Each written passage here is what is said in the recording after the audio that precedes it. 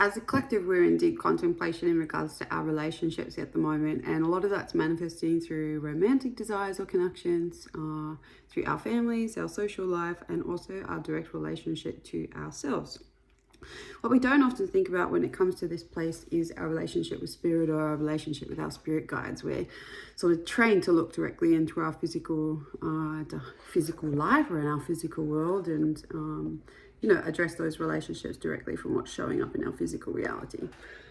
So we're going to have a conversation today about spirit guides. I did put out a little bit of a poll last week for beautiful questions to come in regards to spirit guides, some of those in which I've needed a bit more time in contemplation to be able to answer that in a way that can be received from multiple different angles that I feel like it needs to be, as the question being that we're going to use in the middle of the cloud, if you'd like to have a look at that today. What's the main purpose of connecting with my spirit guides? The answer to that question can be simplified to 3 lines in that they're here to guide you. But it doesn't really feel like enough. Guide you where? Guide you to what? Guide you to who?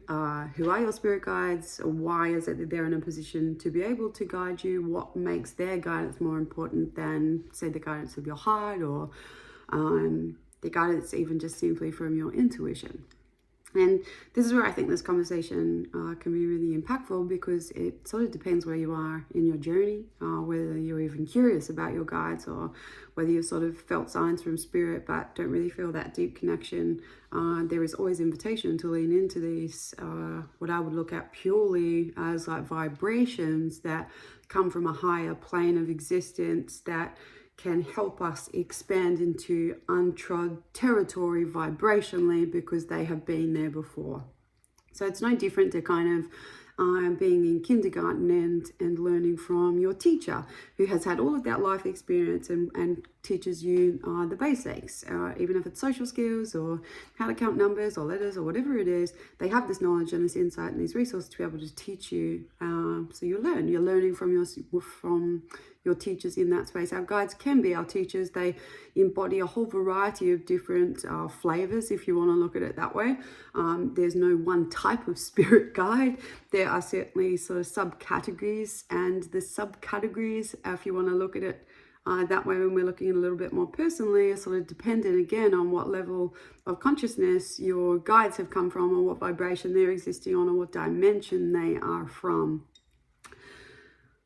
So when we look at these beautiful relationships, some of this I can talk about more sort of personally, and some of this I want to have a look at as to where it might be more relevant for you as an individual. And why would we have a look at, this developing our relationship with our spirit guides in the first place? It kind of feels like one of those topics that's romanticized a little bit.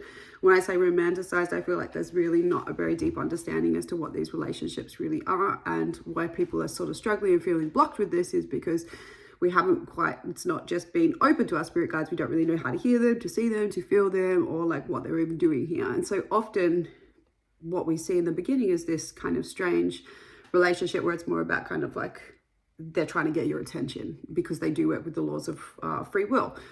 So once they've gotten your attention and you kind of work to give them permission to support you in your life, they are still working from that main role as a guide to guide you. But it often sort of feels like in the beginning they're there more as a means of protection, to help show you and expand your awareness into other dimensions. So they're helping you see beyond the 3D reality, right? They work with synchronicities, they can show you signs, they can help with feelings and sensations in your body to feel that love, feel that light, feel that connection. But they help bridge the gap between the 3rd, the 4th, the 5th, the 6th, the 7th, depending on where they are from. And so our guides, just like your friendship group, if you can bring that up into your imagination now, everyone has a different role. They've got a different job, a different set of family members, a different set of tools or skills, perhaps different geniuses. And if you were all to come together and prepare say like a dinner, and it was like a potluck dinner, everyone's going to bring something a little different. You're going to bring something a little different, because you've even got different tastes or different passions or different styles. So when you look at spirit guides, whether that just be one or whether it be many, they all come with different flavors or different meals or different kind of skill sets to pass on to you, or to teach you, or to guide you with, because that is their expertise, but it is also something that is available for you to integrate into your body and your being. So almost to merge with the tools and the resources. And that's where you'll see guides kind of come and go. It doesn't necessarily mean because the guides come into your reality that they're here to guide you from the beginning of your life to the end of your life or the passing of your physical body. You are kind of under contract more in regards to experiences. So you might have a guide that is, say, like a mermaid who wants to help you find your voice. And if it takes you 60 years to find your voice, your mermaid will stay around because she might have the tools, the technology, the vibrations to share with you, to send into your chakra system and help you move the blocks when you consciously say, hey, can you please come forward? That takes the awareness to know what she's even there for, to be able to go, okay, I'm going to lay back and receive this healing from you. Can you guide me more deeply, please, into my voice? You're requesting through will, with the understanding of her nature, through building this relationship with her, to go, wow, this is what it is that you do. I'm stopping, I'm sitting, I'm feeling, I'm calling you in with intention. I'm making space for you to come into my life and receive the healing. And then she may guide you in a specific direction. Once you've learned these tools, these resources, and you don't have an imbalance there anymore, or there's not a blockage there anymore, it's healed and there is no need for her attention because you know how to create these vibrations, or you don't have the blockages for the clogged throat in the first place, then she may move on because the contract is finished, her work is done. In replacement of that, you might have somebody else that comes through if you're on this path of evolution, meaning that you have different lessons and learnings and challenges or contracts that come through, and when you overcome them, you actually are lifting up your experience in vibration, expanding into new, expanding into, I guess as a whole, there's a subtle intention from spirit and from your heart and from your incarnation here to be on a path that is of raising your vibration, right? Raising your vibration, coming as close to love as we possibly can, because that is who I believe you are. And they're the most simplest words in terms to say that you are here becoming who you are, and you at your purest form is love, you at your purest form is light. And so your guides help connect you to your light through their tools and their resources, their gifts and their information, their guidance, their protection, and their geniuses to help bridge the gaps between 3D and source. Lots of different tools and resources exist in these other dimensions that we don't have access to in our physical dimension. So sound and vibration through your chakra system can not only affect how you speak your reality into existence, or how kindly you speak to yourself, or how able you are to express honestly the depths of your reality. It can help you connect more deeply with other people. It can help free you from loneliness. It can add magic to the universe by expressing your creativity or singing and bringing joy to your family. Can you see how there are multiple different ways in which one particular piece can affect all the other areas of your life, and then ultimately your reality? Now we're teetering a little bit off path here because it is a complex yet simple thing. And imagining your guides as physical beings is almost kind of helps you overcome some of those obstacles. Yet this is where the magic starts to come in, because they do have tools and resources in these other layers or in these dimensions that we don't have access to in our physical body. So by working with them or merging with them, we kind of, or allowing them into our space to guide us, they can help us see beyond the physical reality. They can show us the truth and pinpoint the purpose. They can pinpoint the core blockage. They can be really specific with direction and information by responding to your will or invitation to help them in the first place, by orchestrating different experiences, different scenarios, different opportunities to help awaken you, to help you see the truth, to help test you so that you can continue to stay connected to your heart.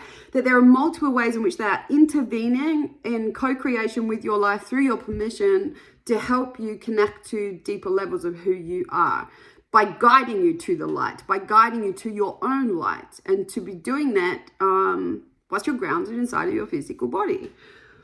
And so if I look at my own guides I kind of don't like giving too much of them away because their relationships feel really sacred. In private groups I do. I talk about them all the time. You'll know their names, you'll know their flavors, what they're here to do. One of them in particular teaches clairvoyance. One in particular teaches meditation. So I can take that into group space and teach meditation if I'm in service to other, but also if I close my eyes, she speaks them to me and I get this beautiful gift of guiding myself through these experiences. I'm not guiding myself, she is guiding me, but I have to pay attention and awareness and trust and open up to be able to hear, to feel her, perhaps create a beautiful space in my sanctuary to connect with her really deeply in order to experience that meditation on the level that it is intended to be. And then I go to different elements, like when we're looking at kind of like the placement of the guides, you can kind of always feel where they sort of stand in different places. It's something that I'm calling mapping. And it's a class that we'll be doing in the House of Mystics, mapping different sections of your being, including the placement of your guides, because as they change positions or as you have multiple frequencies, we still need to be able to connect with each element or vibration and check its integrity, because we do have tricksters that come in and around all the time, right? We need to know that we're talking to the light, that we're receiving guidance from the light. Otherwise we can be swayed off our path, and our path ultimately is to return to love, to be who you are at your purest source, however long that takes, how many lifetimes that takes, right? That's if you're on the ascension path or you're here wanting to awaken. Take me back to that thread, please. I was just going to talk from my humanness, but it kind of just happens that I sort of fall into this channel mode, which I love anyway. It's really beautiful. But these are the guys that in different positions and places, they come with other tools and resources that are not necessarily specific to me and my own journey. They might be more specific to service work. So I would invoke them to help me help other people, because they have tools, resources, information that Faye and her humanness doesn't really have access to. So my body kind of becomes the bridge for that information to come through. And that's where we're looking sort of more at channeling. And again, it's all information. Same with the words that I deliver, the words that they deliver me, or the practices that we go into. It's all delivered as energy. But this guide here helps me translate that energy that they are giving me. Does that make sense? Then you have other guides that I would invoke specifically for protection, because that's their mastery. Other guides that help with translation, as I said. Other guides that might help keep me really grounded through that process.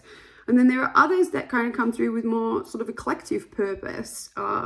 And one in particular is teaching me sort of things about nature and the elements and this beautiful connection with the animal spirits. It's information that I have to prepare my vehicle to be able to access.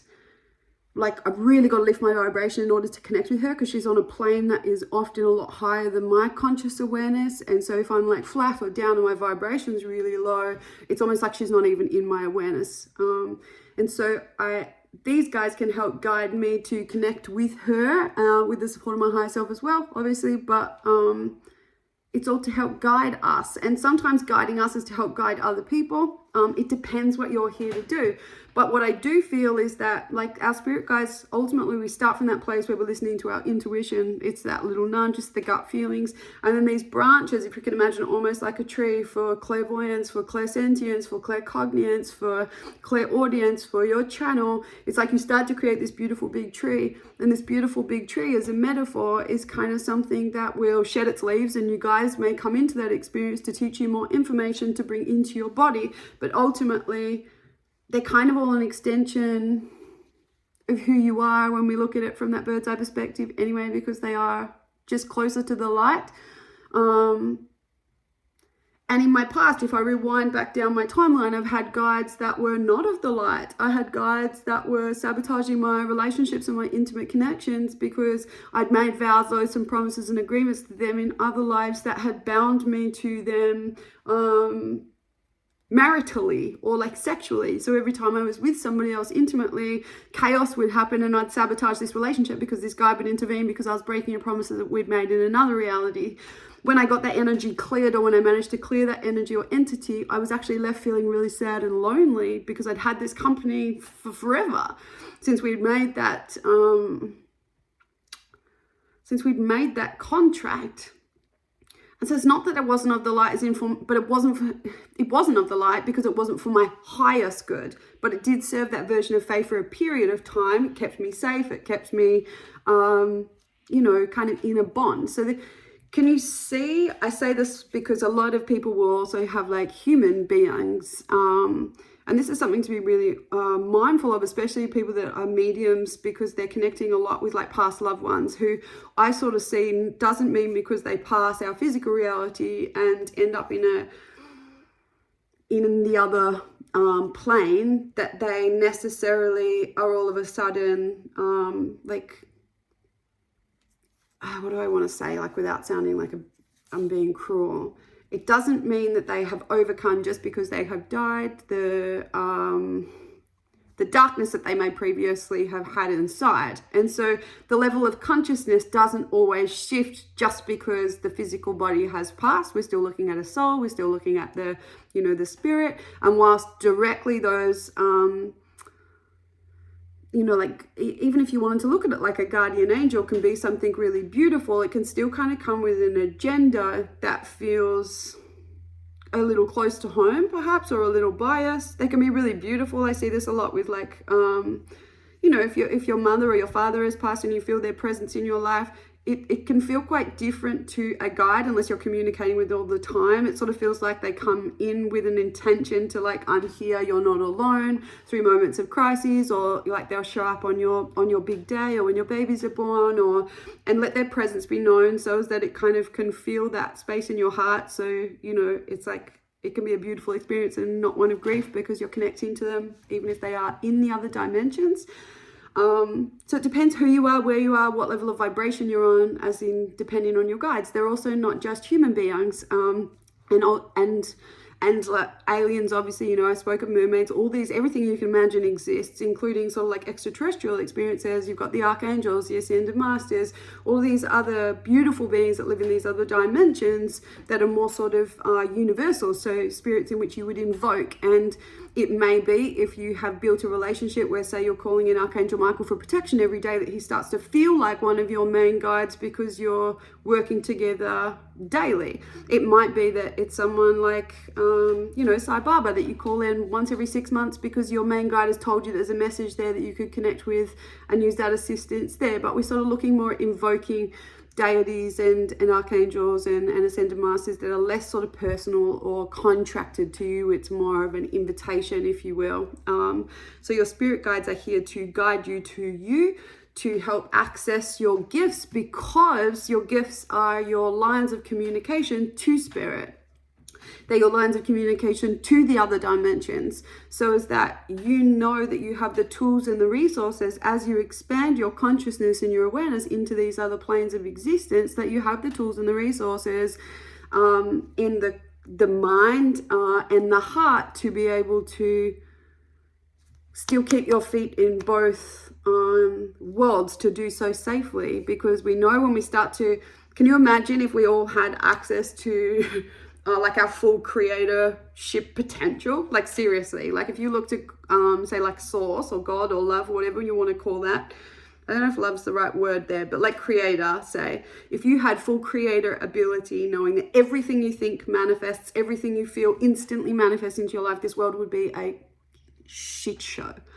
So we have levels of consciousness that we need to gently expand into in order to make sure that not only are we affecting the world for our highest good, but the highest good of all. So the intention needs to be really pure. And hence this step-by-step process. People get frustrated and impatient. I've been trying to connect with my guides for months and months and months. Well, there might be blockages that are years and years and years and years and years, or incarnation, years old. And we have to siphon through these experiences to clear these beautiful channels, to be able to connect with your guides and then have that open communication, so as that those next lessons can start to kind of enter into your life, and then they will guide you through those experiences.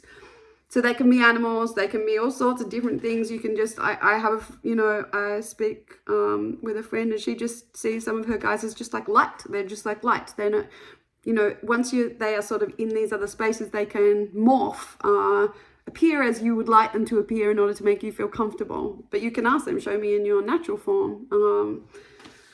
So yeah, that's kind of what I feel like I wanted to pass on today. It is a longer video, but it's kind of nice just to sit and have a bit of a chat and see where that kind of ends up. it's very deeply, they'll connect you to your purpose too. And your purpose, not just work and service, right? Your purpose as in, what are you here to learn? What are your contracts? These are really beautiful questions that most of you are asking. Who am I? Like, what did I come here to do? What is it that I'm currently working with?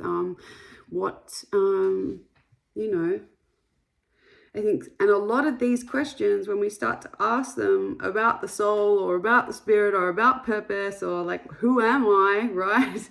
Like, they're not questions that you're going to answer just through your mind. We need to be able to access our spirit and access our soul in order to ask a question that comes from the soul. And so we already, in doing that, you're giving yourself permission to start to expand into these elements. And what I see more often than not is people expand into these kind of levels, and then all of a sudden it's like the fear and stuff comes up. Well, of course it does, because we need to get conscious of what it is that's going on in there. And it's necessary sometimes to feel that initial fear so that oh, okay, if I'm going to consciously leave my body because I want to travel through my timelines and clear up something from when I was 7 years old, that I need my light body to be really strong. I need to make sure that there's no holes or tears, or that I've created the Merkaba to keep my soul and my soul's consciousness like safe, so that it comes back with pure intention back into your body.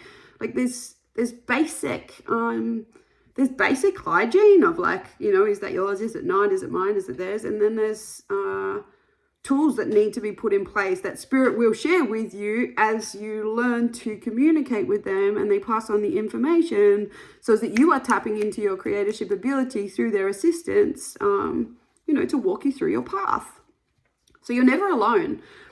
You're never alone. And that's an illusion that I still feel periodically. Sometimes I feel like a sense of loneliness because I want to share these depths with people more regularly. And then I'm reminded, I hear them, it's like support. They're like, you're not alone. Like, we're here. We're right here. We're right here. Maybe not for the attachment of like physical connection or, I mean, it can be, but they're here. Like we are at source, like we are, everything is energy. Yeah. Someone else asked, are there messages I should be looking out for from my guides? I'm just going to say, like right from the beginning, if you're sort of walking through life and you're anticipating being able to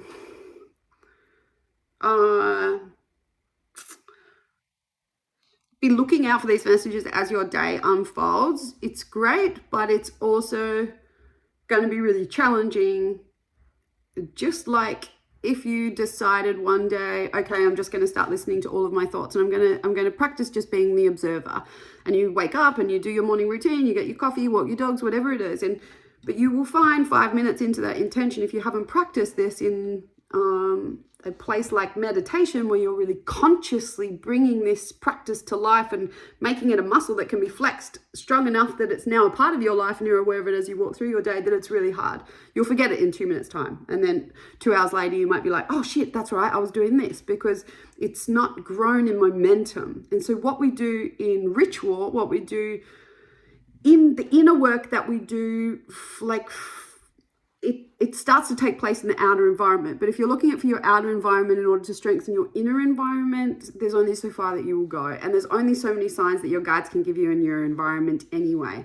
What you will notice when you start to go inward, I would be almost changing that question. Not, are there messages I should be looking for? Not, are there messages I should be looking out for from my guides?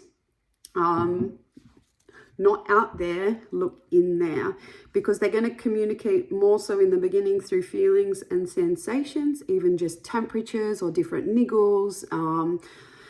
It's like a feeling of like butterflies in your tummy. That's a beautiful example of how like subtle but also strong a particular feeling inside of your body can be. It might be through like palpitations of the heart. It can be again through like different temperatures. It can be through a specific picture or an image or just a knowing. It could be a sound that you hear in your ears, like a frequency. There are so many different ways. It depends what your strengths are, right? And where your where your strengths, like if you're a visual or whatever it is, it helps to kind of lean into like what clairs are worth me putting my time and energy and attention into, so that I can strengthen this connection. But do so inwardly. Sit down in silence and quiet and go, okay, my intention is to create a symbol or a signal between my guides and I, as a reminder throughout my day to ask them to support me in whatever way that they can, or to protect me, or to guide me into a life that is authentic, to give me the little nudge in the, the back of my ear when it's time to sit down and listen.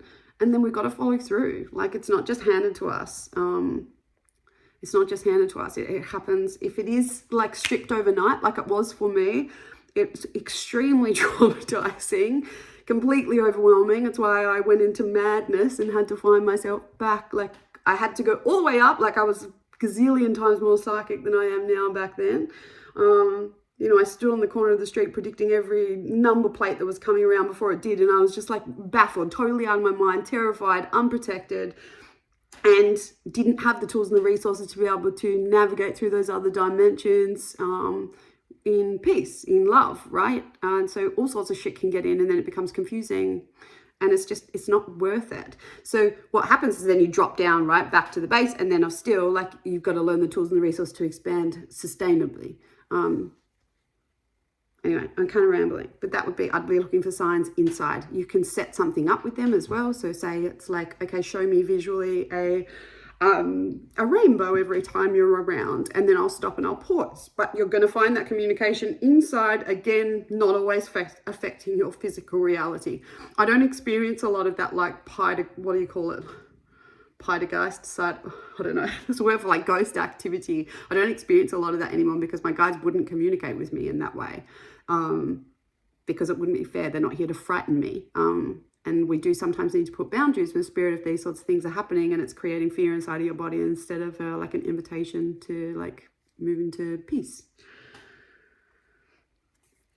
There's one more question, and that is, I deeply desire to find mine. Where do I even start? And it's a question I'm going to leave for the next video, as we've almost chatted for half an hour. Please leave your comments, leave your experiences with your guides. If you've got more questions, I'm happy to continue to speak to this topic. I find it really interesting. It's also really beautiful and important to know that there needs to be a lot of discernment when it comes to our spirit guides. As I sort of slightly mentioned, they can morph and change, and they will present themselves as they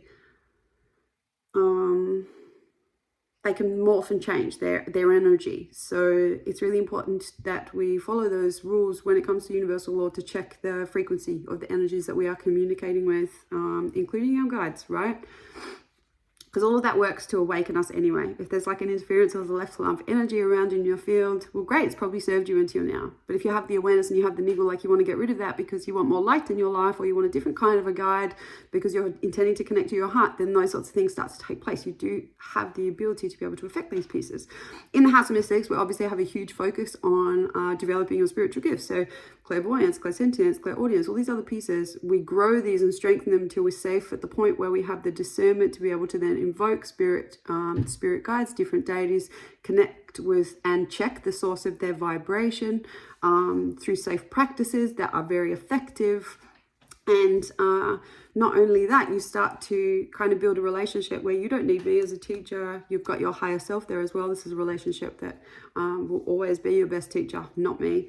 And so these are all different practices that we bring into this space. We look at healthy ways of divination. We look at, okay, what if a ghost does come in? What if an entity does come in? What if I do get attacked by something? What is psychic attack? How does it happen?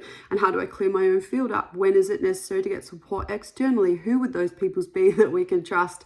So you will get different ways of doing exorcisms and things to clear up your energy as it is necessary. Even looking at different things like extraterrestrial technology and interferences that come in from these other planes, when you may have extended your consciousness or awareness, whether that just be through the use of drugs and alcohol, by accelerating too quickly and not having the tools, right? And coming back into your body and now kind of having like strange little transmitters in your head, and you're kind of going, oh, why is it that even though I'm doing the belief work, I still hear this repeating pattern inside of my head? There's all sorts of different things that exist in these other dimensions. Hence why we need the discernment, the clarity, the ability to be able to see, feel, and know and trust, with the support of our team that guide us to the light, that guide us back to who we are, to integrate you into your body here. This is the beauty of this experience here at this time on Earth, where We're here to do this in the physical body, to expand our consciousness while we stay. This is a very new experience. It comes with a lot of challenges. It also comes with carving out time and space intentionally to go within, because we can't do it out there. It's all done in here. So that's what the House of Mystics will offer you.